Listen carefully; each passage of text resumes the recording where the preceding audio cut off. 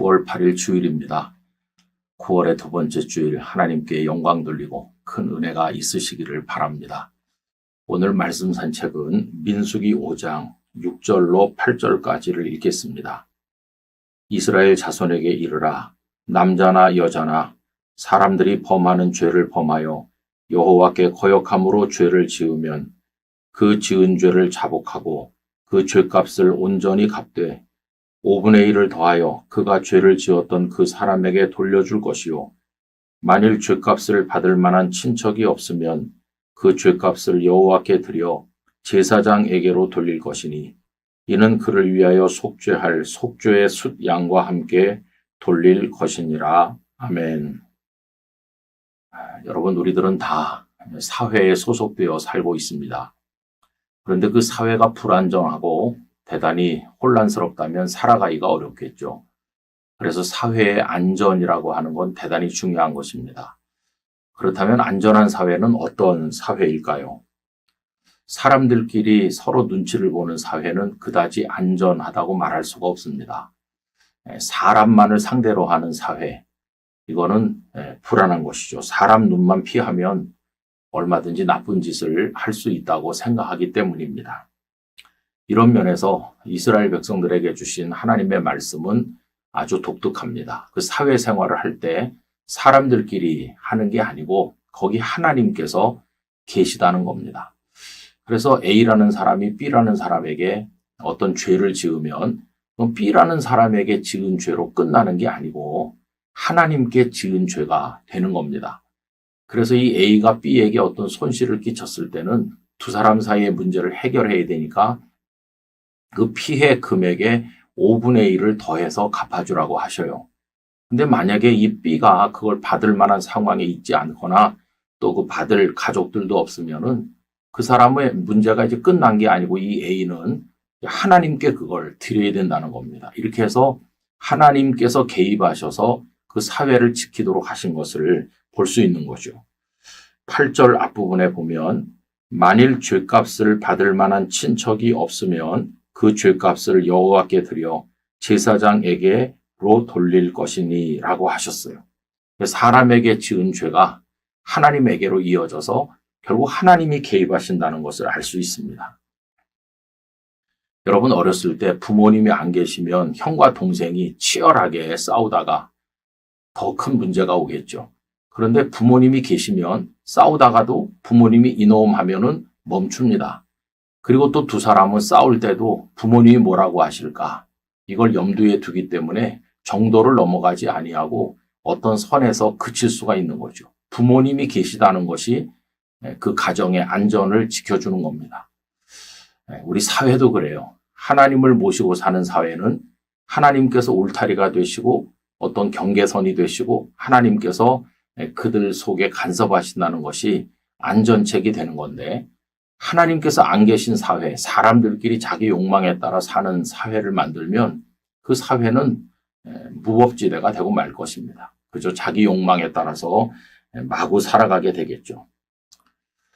그런데 여러분, 불행하게도 오늘의 세상은 하나님을 무시합니다. 무신론자들이 점점 많아지고 있습니다.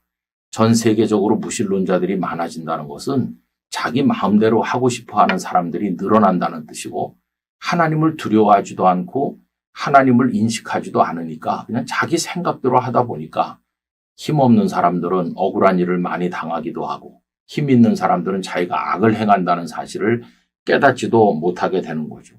사람에게 미안해하거나 보상을 하기는커녕 그게 죄인지도 모르는 지경에 이르게 되니까 그런 세상은 어둠의 세상이 될 수밖에 없다 하는 것입니다.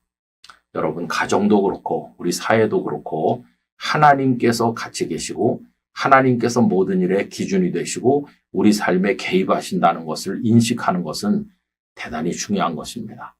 여러분, 우리 곁에는 언제나 하나님께서 지켜보고 계시다는 걸 잊지 말고 하나님 앞에서 옳은 사람으로 우리의 삶을 지켜나갈 수 있기를 간절히 바랍니다. 존귀하신 아버지 하나님, 하나님의 은혜를 저희들에게 허락하셔서 9월의 두 번째 주일을 맞이하게 하심을 감사드립니다. 오늘도 예배자로서 하나님께 영광 돌리게 하여 주시옵소서. 간절히 원하옵는 것은 저희들이 살아감에 있어서 언제나 하나님께서 저희들을 지켜보고 계시다는 것을 깨닫게 하시고 하나님 앞에서 올바른 사람으로 살아가는데 목표를 두게 하여 주옵소서. 단순히 사람과 사람 사이의 관계로 생각하지 말고 하나님 앞에서 어떻게 생각하고 행동하는지를 염두에 두어 살아가도록 은혜를 주옵소서. 예수님 이름으로 기도하옵나이다. 아멘.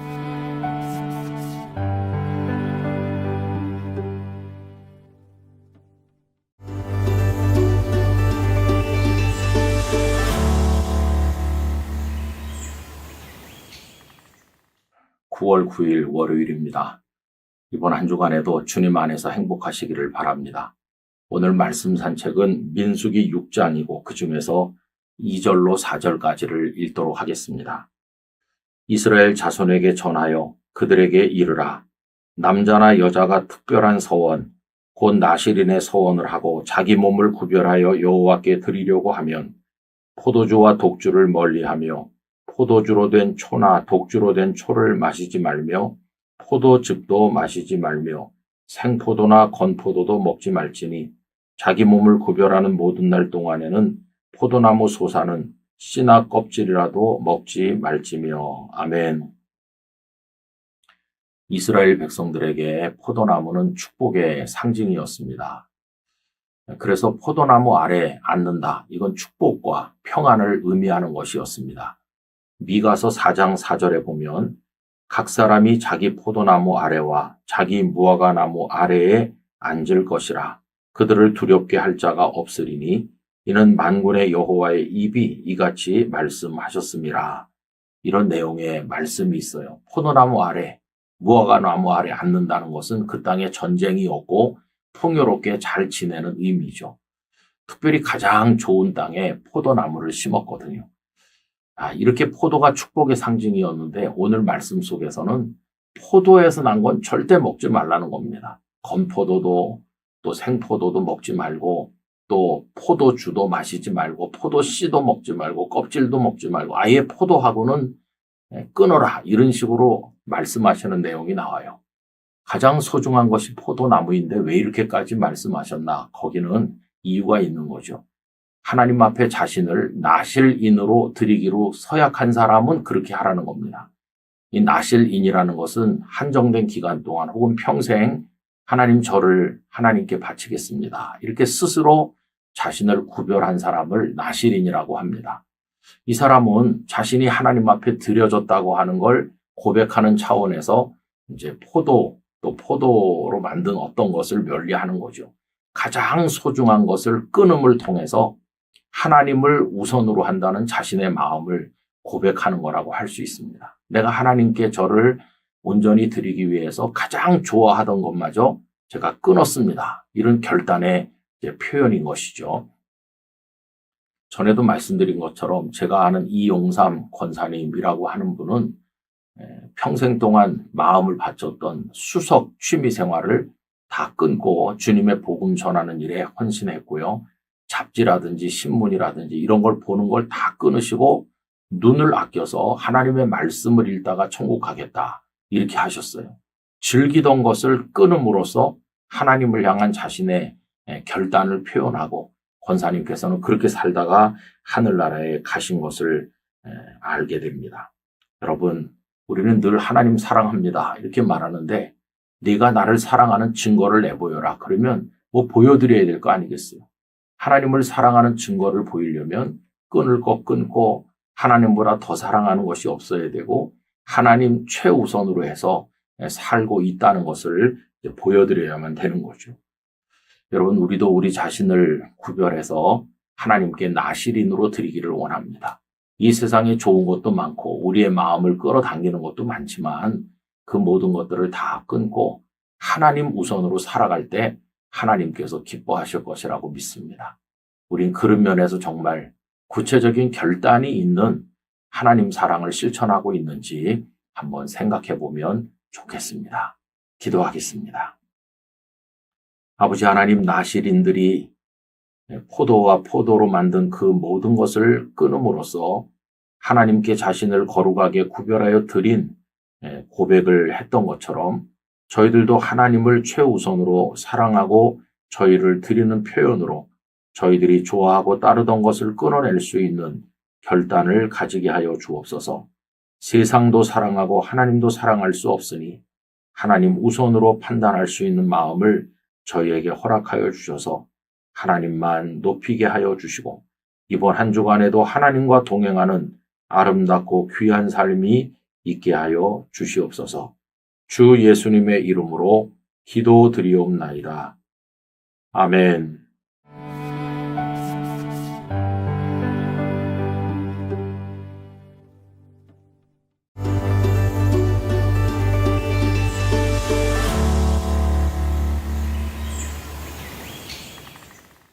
안녕하십니까. 9월 10일 화요일입니다.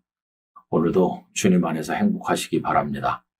우리들의 말씀 산책은 민수기 7장입니다. 오늘은 1절에서 3절까지를 읽도록 하지요. 모세가 장막 세우기를 끝내고 그것에 기름을 발라 거룩히 구별하고 또 그 모든 기구와 제단과 그 모든 기물에 기름을 발라 거룩히 구별한 날에 이스라엘 지휘관들 곧 그들의 조상의 가문의 우두머리들이요 그 지파의 지휘관으로서 그 계수함을 받은 자의 감독된 자들이 헌물을 드렸으니 그들이 여호와께 드린 헌물은 덮개 있는 수레 6대와 소 12마리이니 지휘관 2사람의 수레가 하나씩이요 지휘관 1사람의 소가 1마리씩이라 그것들을 장막 앞에 드린지라. 아멘. 하나님의 성막을 구별하여 거룩하게 해서 드린 그날에 12지파의 지휘관들이 하나님 앞에 예물을 바쳤다는 것입니다. 그래서 수레를 6대를 바치고 또 소 12마리를 바쳐서 그 소들이 수레를 끌게 했고 하나님의 성막의 여러 기구들을 매는 건 매고 수레에 실는 건 실어서 운반하게 된 것이죠. 우두머리들이 바친 것은 이것뿐만이 아닙니다. 굉장히 많이 바쳤는데 예를 들면 은반, 은발이, 금그릇, 수송아지, 순양, 어린 수염소, 또 여러 마리의 화목제물을 바쳤고 그 안에다가 또 소제물을 채워서 바쳤다. 이렇게 기록이 되어 있어요. 그 12명이 하루에 한 사람씩 그 양은 똑같이 해서 하나님 앞에 봉헌하였습니다. 여러분, 어떤 공동체 지휘관이 된다는 것은 무슨 뜻일까요? 세상에서는 군림하고 특권을 누리고 사람들의 영광을 받는 것을 생각하기가 쉬운데 성경에서는 그렇지 않습니다. 우두머리가 된다는 것은 더 많이 섬기고 더 많은 짐을 지고 앞에 나서서 솔선수범하는 것을 의미하는 것이죠. 그래서 성경적인 의미에서 리더가 된다는 것은 굉장히 어렵고 힘든 일이라는 것을 알게 됩니다. 여러분, 이런 얘기 들어보셨습니까? 한 신사가 말을 타고 가고 있었는데 많은 병사들이 목재를 운반하느라고 수고를 하고 있더라고 합니다. 그런데 거기 장교 한 사람은 일을 안 하고 빈둥대면서 구경만 하고 있더라는 거예요. 그래서 신사가 그 장교에게 물어봤답니다. 당신이라도 좀 힘을 보태주면 쉬울 텐데 왜 보고만 있어? 그러니까 아니 나는 지휘하는 사람입니다. 나는 일은 안 하고 잘 하라고 지휘만 합니다. 이러니까 이 신사가 내리더니 옷을 벗고 그 병사들을 도와서 땀을 뻘뻘 흘리면서 그 목재를 목적지까지 운반했다고 그럽니다.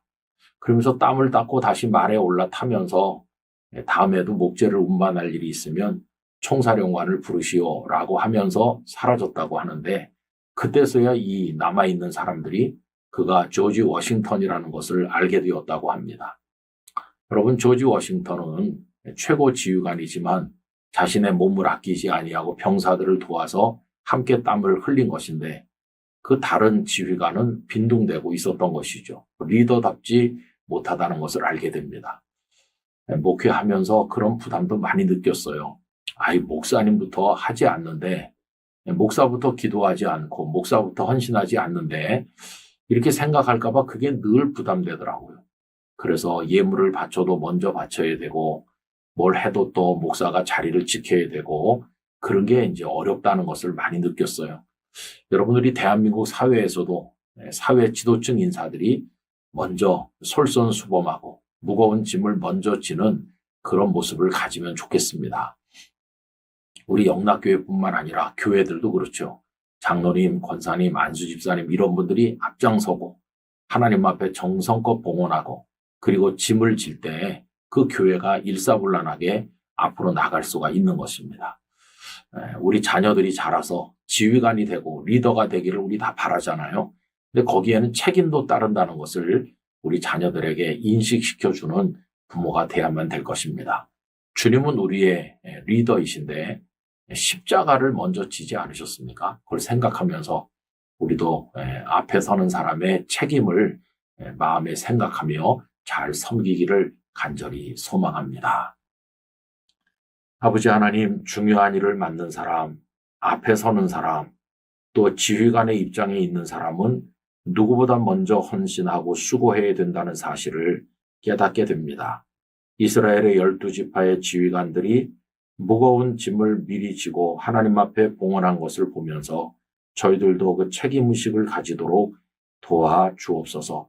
대한민국 사회 리더들에게 이러한 올바른 가치관을 허락하여 주시옵소서. 예수님 이름으로 기도하옵나이다. 아멘.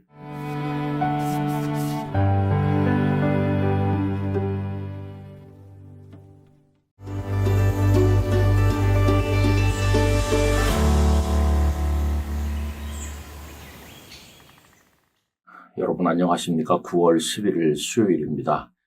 우리들의 말씀 산책은 민수기 8장에 도달했습니다. 오늘은 그 중에서 2절을 읽도록 하겠습니다. 아론에게 말하여 이르라. 등불을 켤 때에는 7 등잔을 등잔대 앞으로 비추게 할지니라 하시매. 오늘 말씀을 이해하려면 성소 내부를 좀 살펴볼 필요가 있습니다. 지성소와 성소를 나누는 두꺼운 휘장이 있고 그 안쪽이 지성소, 바깥쪽이 성소죠. 성소에는 3가지 성물이 있습니다. 휘장 바로 그 앞에는 분향단이 있어서 아론은 제단에 불을 가져다가 언제나 분향을 해야만 했습니다. 그리고 이제 북쪽과 남쪽에 2가지 성물이 있는데 북쪽에는 진설병 상이 있고 이스라엘 12지파를 뜻하는 12덩이의 떡을 진설하게 되어 있었어요. 그리고 그 건너편인 지성소의 남쪽에는 등잔대가 있어서 7가닥의 등잔에 등불을 밝히게 되어 있었죠. 그런데 오늘 읽은 말씀은 이 등잔대의 등불을 앞으로 기울게, 다시 말하면 진설병 상을 향하여 비추도록 하라는 말씀이죠. 그 부분만 읽어보면 이렇습니다. 아론에게 말하여 이르라. 등불을 켤 때에는 7 등잔을 등잔대 앞으로 비추게 할지니라. 여러분, 등잔대 앞으로 비추라고 하는 말씀이 바로 그 얘기거든요. 출애굽기 40장 22절에서 25절을 보면 그 상황을 말씀하고 있는데 한번 상상해 보시죠. 그는 또 회막 곧 성막 북쪽으로 휘장 밖에 상을 놓고 또 여호와 앞 그 상 위에 떡을 진설하니 여호와께서 모세에게 명령하신 대로 되니라. 그는 또 회막 곧 성막 남쪽에 등잔대를 놓아 상과 마주하게 하고 또 여호와 앞에 등잔대에 불을 켜니 여호와께서 모세에게 명령하신 대로 되니라. 이쪽에는 진설병 상 위에 떡 12덩이가 있고 이쪽에는 이제 등잔대가 있어서 7가닥의 등불을 밝힌 건데 이거를 이 앞쪽으로 진설병 상이 밝아지도록 켜라는 것이죠. 7 등잔을 등잔대 앞으로 비추게 하라고 말씀한 겁니다. 그래서 등불을 밝혀서 진설병 위에 떡이 밝게 보이도록 하라는 겁니다. 여러분, 이거는 상징적 의미가 있어요. 이 떡이라고 하는 것은 신약 성경에까지 계속되면서 하나님의 말씀을 상징하는 겁니다. 진리의 말씀. 반면에 등불은 하나님의 계시의 빛을 뜻하는 거죠. 하나님의 계시의 빛이 하나님의 말씀을 밝혀야 된다는 것이에요. 이게 대단히 중요한 거죠. 여러분, 교회 사명이 무엇입니까? 하나님의 진리의 말씀을 정확하게 밝게 드러나도록 하는 것이죠. 그러려면 계시의 빛이 있어서 이 말씀이 명확하게 드러나도록 해야 되는 것이 교회의 사명이죠. 자, 그러면 하나님의 진리의 말씀을 어떻게 우리가 명확히 깨달을 수 있을까요? 종교 개혁자들은 성령님의 내적 조명이라고 하는 독특한 표현을 사용하셨는데, 성령님은 지혜와 계시의 영이시거든요. 성령님께서 계시의 빛으로 우리 영혼 속에 빛을 비추셔야 된다는 것이에요. 성령님의 내적인 빛을 비추심, 조명이 있으면 그때 말씀이 명확하게 깨달아지고, 그래서 그 말씀을 우리가 알게 된다. 이거를 가르쳐 준 것이죠. 여러분, 하나님의 말씀의 떡이라고 하는 것은 사람이 인위적으로 풀 수는 없는 것입니다. 하나님의 성령께서 환하게 빛을 비추실 때 그 성령님 안에서 비로소 하나님의 말씀이 깨달아지는 거죠. 우리가 설교 말씀을 들을 때든지 성경을 읽을 때든지 혹은 모여서 성경 공부를 할 때 그때 성령께서 우리 속에 빛을 비추어 주시기를 사모하는 마음으로 이 말씀에 나아가야 된다는 것을 깨닫게 됩니다. 인간적인 생각으로 말씀을 해석한다든지 자기 생각을 그 말씀 속에 섞어 넣는다든지 하는 것은 아주 잘못된 것임을 깨달아야만 될 것입니다. 간절히 바라기는 이 땅의 교회들과 설교자들과 성도들 모두의 영혼 속에 성령께서 밝은 빛을 비추어 주심으로 진리의 떡을 명확히 깨닫고 그 말씀의 떡으로 배부름을 얻는 우리 모두가 되기를 간절히 소원합니다. 저희들에게 진리의 말씀을 허락해 주시는 하나님 아버지, 원하옵건대 성령님으로 저희 속에 밝히 비추사 하나님의 말씀을 깨닫고 그 떡으로 배부름을 얻을 수 있도록 은혜를 베풀어 주옵소서. 예수님 이름으로 기도하옵나이다. 아멘.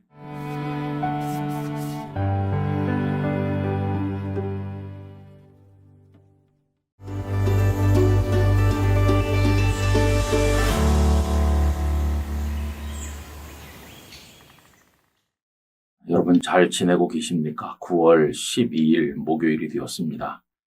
오늘 말씀 산책은 민수기 9장 1절 2절입니다. 애굽 땅에서 나온 다음 해 첫째 달에 여호와께서 시내 광야에서 모세에게 말씀하여 이르시되 이스라엘 자손에게 유월절을 그 정한 기일에 지키게 하라. 아멘.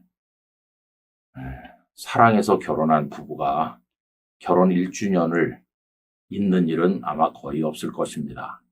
그날이 워낙 그들에게 소중한 날이고 또 그들의 사랑이 결실을 맺은 날이기 때문입니다. 이스라엘 백성의 경우에도 그와 같은 일이 있었죠.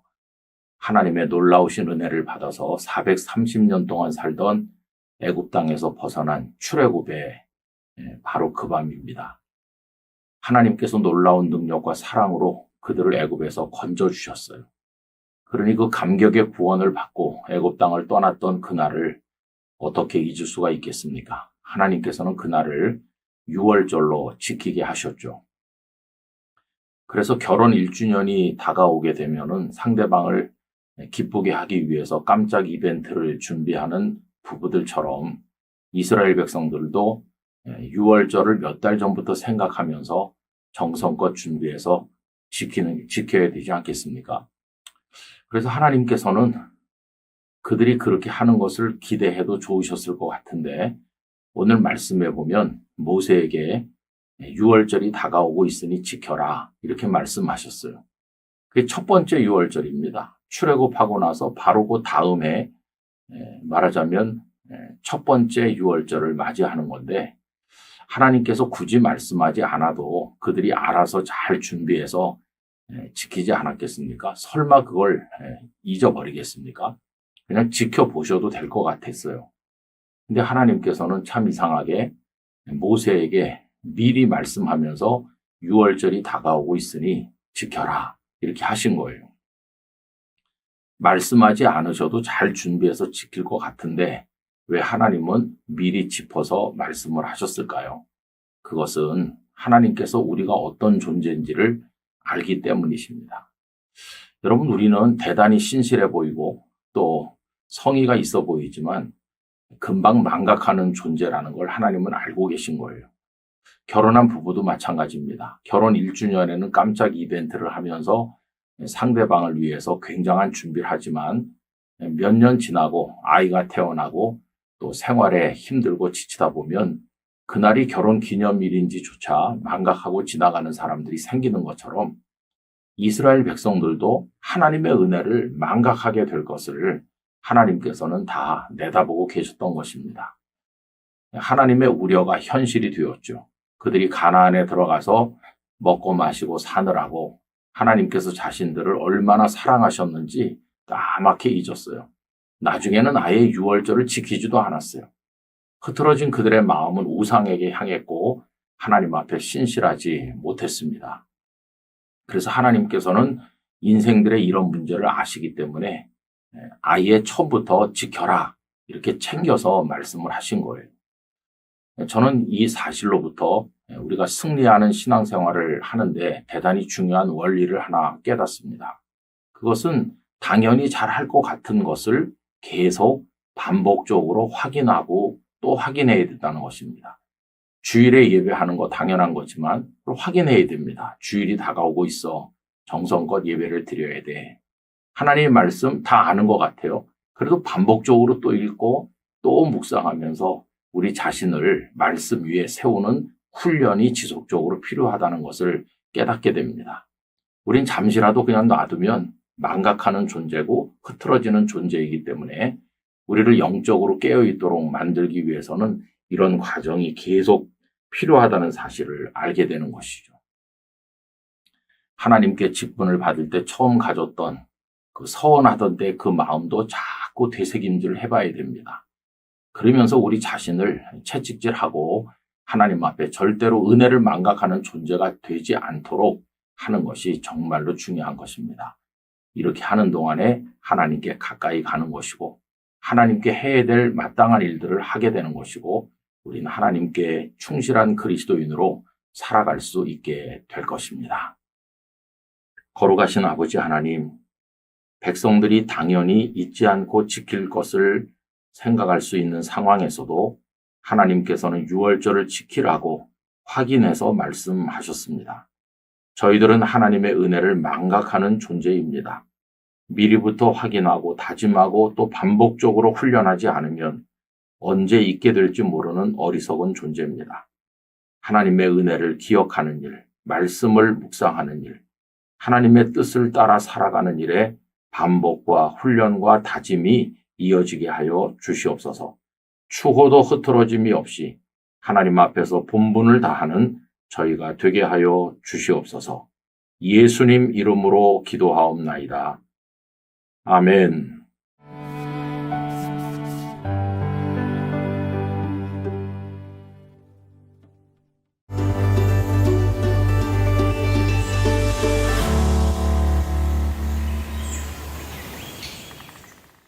여러분 안녕하십니까? 9월 13일 금요일입니다. 이제 추석 명절이 다가왔습니다. 시간의 여유가 있을 때 하나님을 더 가까이 하시기를 바랍니다. 오늘의 말씀 산책은 민수기 10장 3절 말씀입니다. 나팔 2개를 불 때에는 온 회중이 회막문 앞에 모여서 내게로 나올 것이요. 아멘. 1949년 9월 대통령령 186호로 학도 호국단을 조직하게 되었습니다. 그때는 남북 간에 대단히 엄중하던 때고 또 전쟁의 위험이 다가오고 있었을 때죠. 아닌 게 아니라 그 이듬해 6월 25일 6.25 전쟁이 발생하였습니다.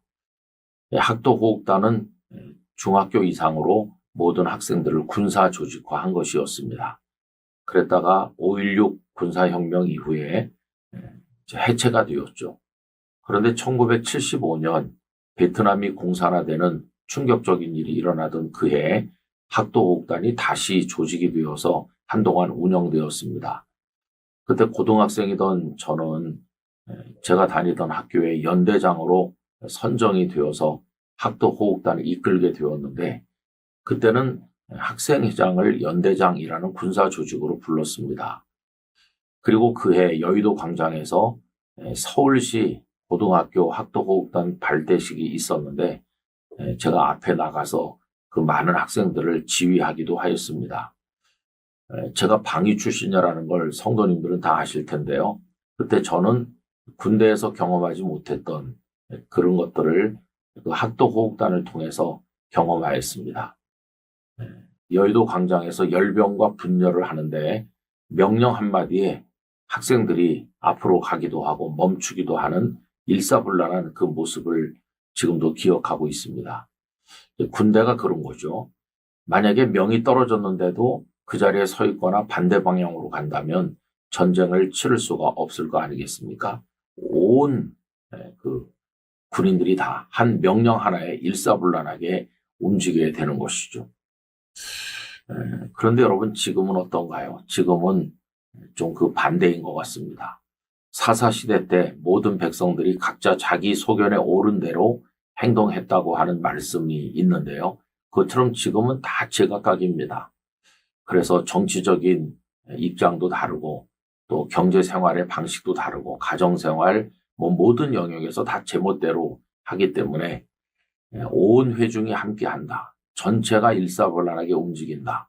이런 모습을 찾아보기가 어렵게 되었습니다.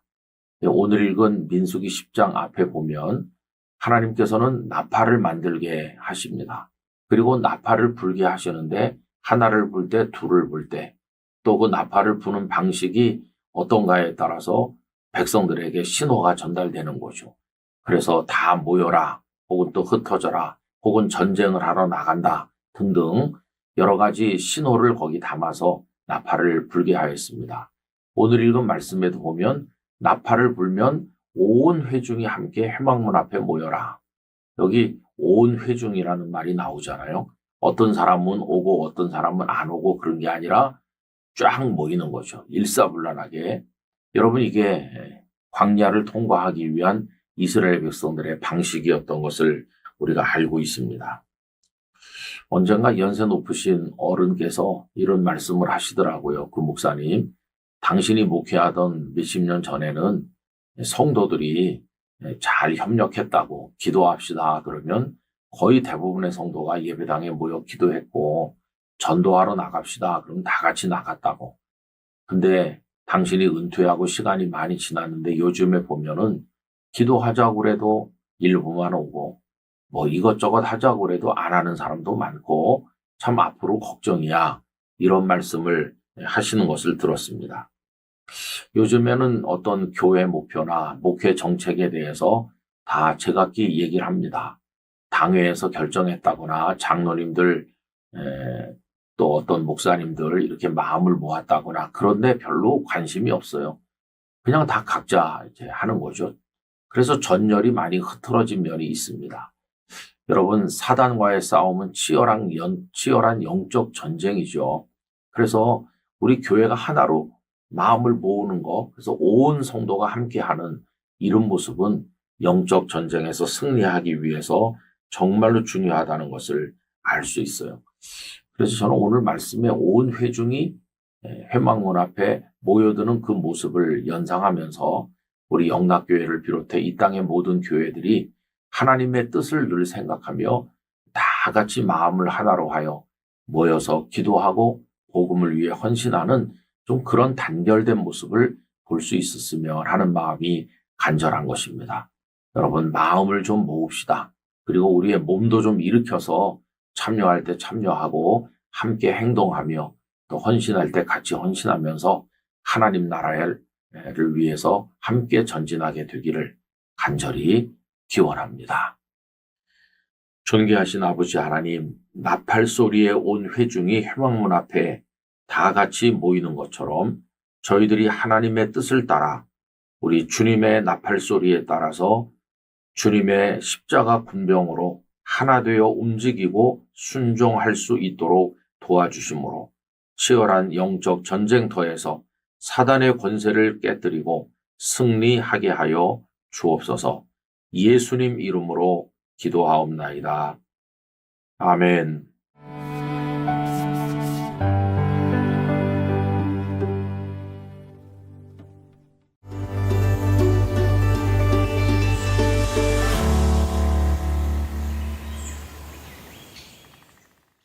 (9월 14일) 토요일입니다. 오늘 잘 준비해서 내일 하나님 앞에 아름다운 예배자가 되기를 원합니다.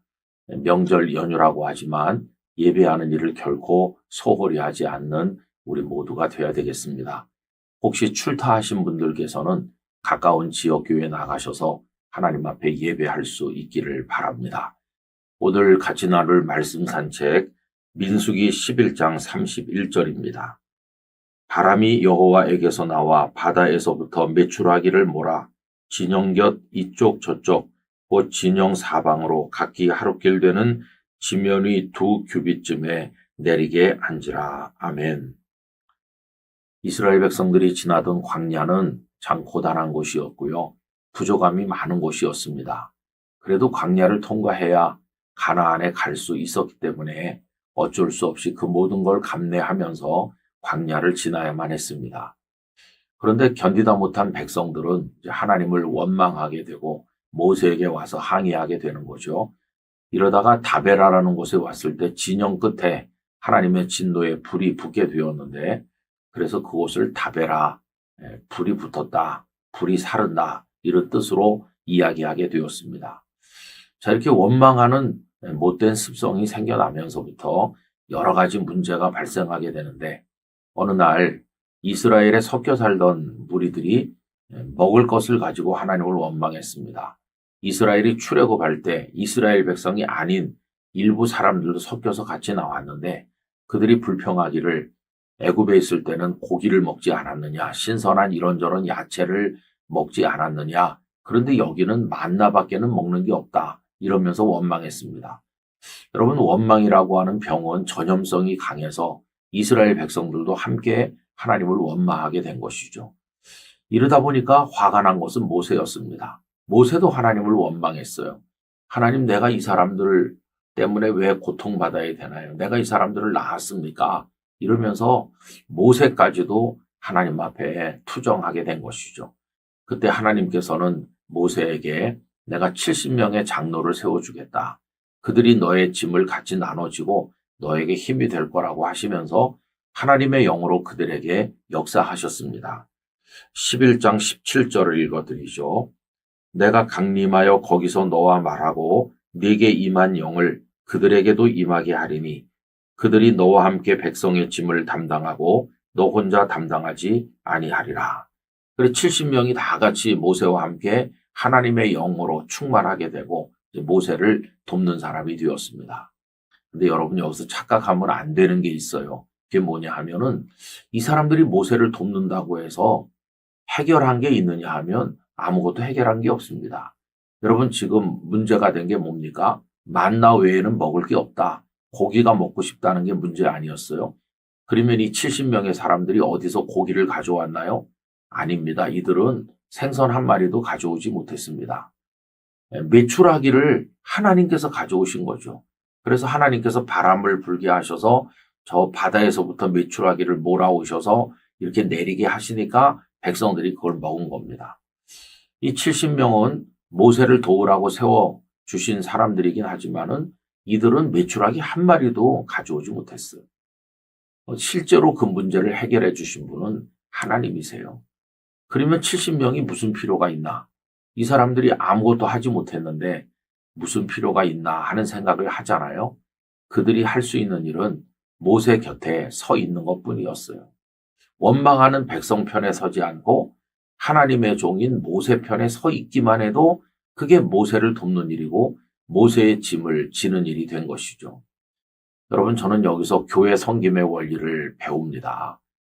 우리가 어떤 교회를 재직이 되어서 섬기든지 목회자로 섬기든지 가끔씩 그때 내가 재직으로 있으면서 목회를 그 교회에서 하면서 내가 이런저런 일을 많이 했어요 라고 은근히 자기를 자랑하는 사람이 있어요. 그러나 그거는 착각입니다. 여러분, 우리가 하는 건 아무것도 없습니다. 하나님이 다 하신 거예요. 하나님께서 메추라기를 내리듯이 하나님께서 다 하신 것뿐이고 우리는 그냥 서 있었을 뿐입니다. 문제는 어디 서느냐가 문제죠. 하나님을 불신하고 하나님을 대적하는 그런 쪽에 가서 서 있느냐, 아니면 비록 내가 할 수 있는 건 아무것도 없지만 하나님이 이루어 주실 줄 믿고 기도하는 이들 옆에 같이 서 있느냐, 나는 어느 쪽에서 하나님의 뜻의 성취를 구하느냐, 이게 이제 중요한 것뿐이에요. 그래서 여러분, 실제로 내가 하는 거 아무것도 없으면서도 그걸 자랑하는 어리석은 자가 되지 말고 우리는 하나님의 뜻이 우리 중에 이루어지고 하나님의 역사가 나타나기를 바라는 그런 입장에 서 있어야만 될 것입니다. 그렇게 한다면 그것만으로도 하나님을 기쁘시게 하는 사역자가 되는 것이에요. 그래서 여러분, 언제나 마음을 하나로 하고 하나님의 뜻을 구하고 하나님 편에 서고 그러면서 거기서 하나님께 기도하는 성도로 살아가기를 간절히 바랍니다. 아버지 하나님, 추석 명절이 이어져 여러 날을 쉬게 되는 때에 오늘 그 하루입니다. 그러나 저희들에게는 쉬는 날이 아니라 내일 주일을 준비하는 날입니다. 오늘 신실하게 잘 준비하여 하나님께 영광을 돌리게 되기를 기도드립니다. 아버지 하나님, 70명의 장로님들은 실제로 메추라기 한 마리도 동원하지 못하였습니다. 단지 그들은 모세 곁에 하나님의 뜻을 구하며 서 있었던 것뿐이었는데 그것만으로도 모세에게 힘이 되었고 하나님 편에 서는 것이었습니다. 주여, 저희들이 무엇인가를 한다는 어리석은 생각은 버리게 하시고 하나님의 뜻을 구하며 하나님께서 일하시는 그 놀라운 역사를 사모하면서 하나님 편에 서 있는 하나님의 사람 되게 하여 주옵소서. 예수님 이름으로 기도하옵나이다. 아멘.